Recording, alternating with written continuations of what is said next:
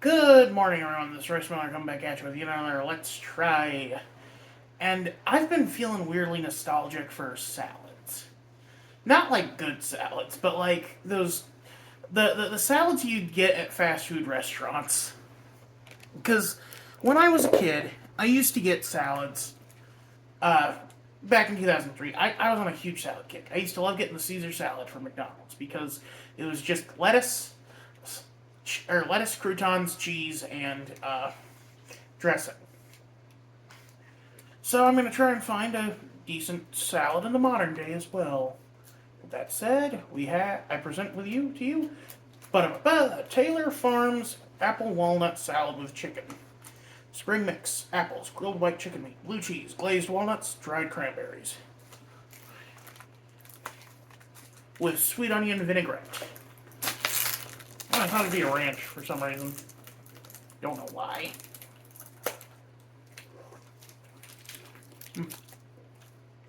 Oh, that is a potent blue cheese too. Oh, it comes with a little fork. How sweet. I don't think that'll work for for my palate. Well, that's not terrible. You versus the guy she tells you not to worry about. I think part of the reason I'm so enamored with the idea of salads again is, well, one, you guys put me in the mind of it with your constant nagging, with some of you. And then also I've been watching a lot of like bento stuff. Like there's this American who lives in Japan who's always making himself little bento boxes. And if you think about it, some of these salads are kind of the American equivalent of a bento box. Because they try to give you your meat, your cheese, a little fruit, little veg, all in a healthy, relatively healthy, little compact salad. Bon appetit!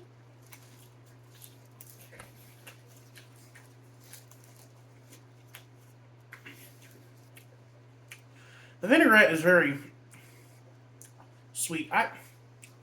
Honestly, a ranch probably would have been better. I don't know. Let's try it with the apple.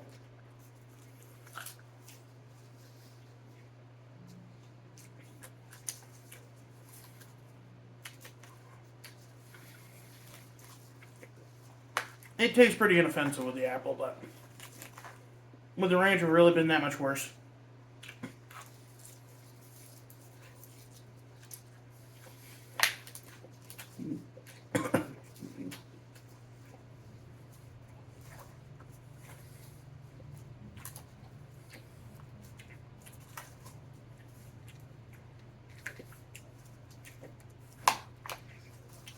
The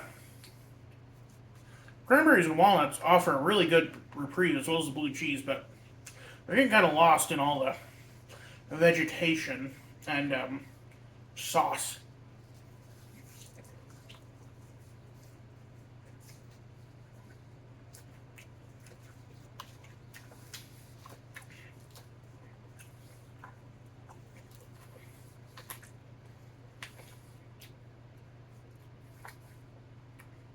I wonder what kind of greens this is, where it's kind of spiky. It's not a dandelion green, is it?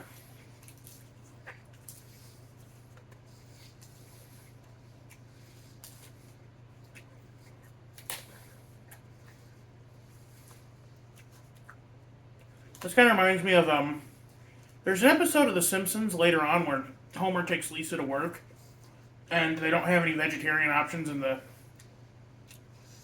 at the cafeteria for her, which probably violates some company policy, or some like OSHA policy or whatever. But Mr. Burns probably bribed the right individuals. Anyway, but Homer like does a cool little trade for her where he just like exchanges a bunch of stuff and makes a salad for her.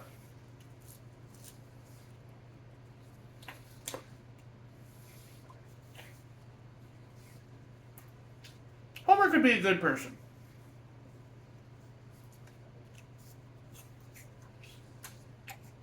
It's weird. I always saw Homer having more of a connection to Lisa, and Bart having more of a connection to Marge. Like, Homer could not get Bart to do something, but Marge could.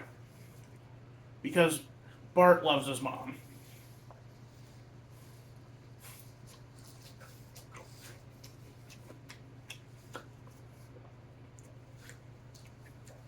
In that episode where all the teachers went on strike, the thing that made Bart realize he had to put a stop to the strike was his mom taking over as a teacher and almost getting killed.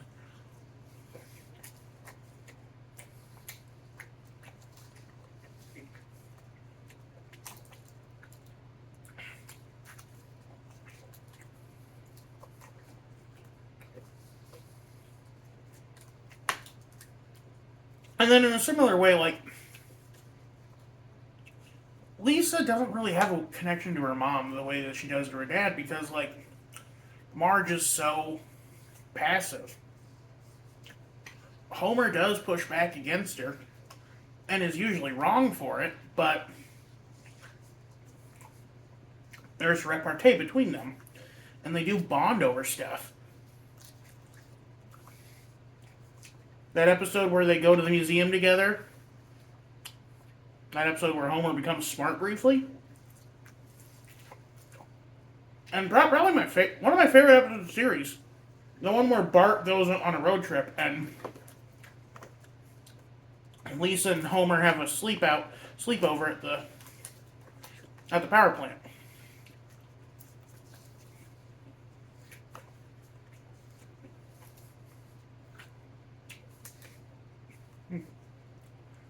Which, now that it's on my mind, when did Bring Your Daughter to Work Day become Bring Your Kid to Work Day? Because I went to my mom's Bring Your Kid to Work Day.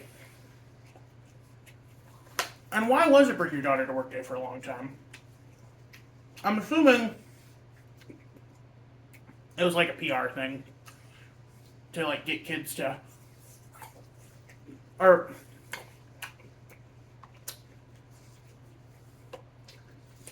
show girls that there was more to life than domesticity. But honestly, I really liked Bring Your Kid to Work Day.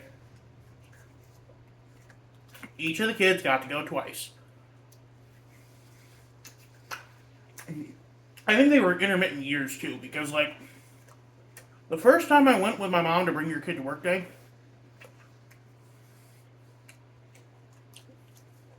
I want to say, I can't remember when it was. I had a lot of fun, though.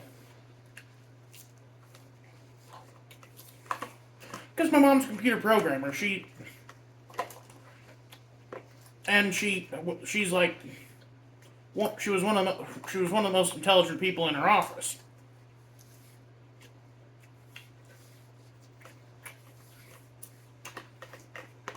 She was the person you went to when you had a problem.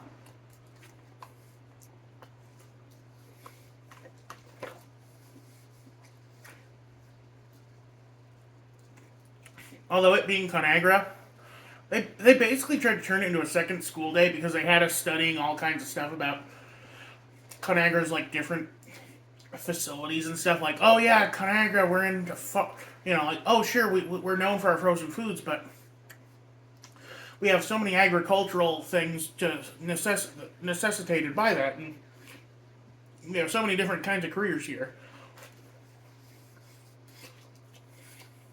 And it's like, dude, you're lucky my parents wouldn't buy me a Game Boy.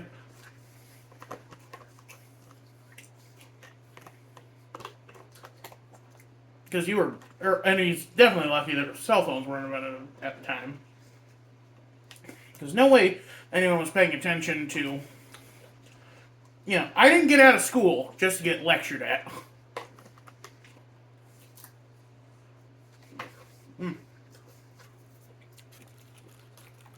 But because my mom went to work at the, because my mom worked at the campus office of Conagra in Omaha during that time, we got to go to the commissary. And Conagra's commissary is beautiful. It had a fountain that was over the commissary, so like the main lobby. So you had the main lobby, and then you had this fountain in front of it, and then the fountain was also like a little dome over the commissary, which was a floor down, and it was gorgeous. You could order like your basic cafe fare, but when you're like a kindergartner, this stuff looks like the Ritz Carlton. It was awesome.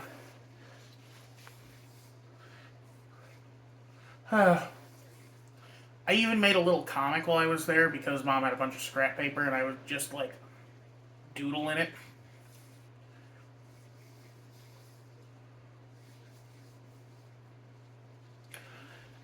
Well, anyway, that salad was okay.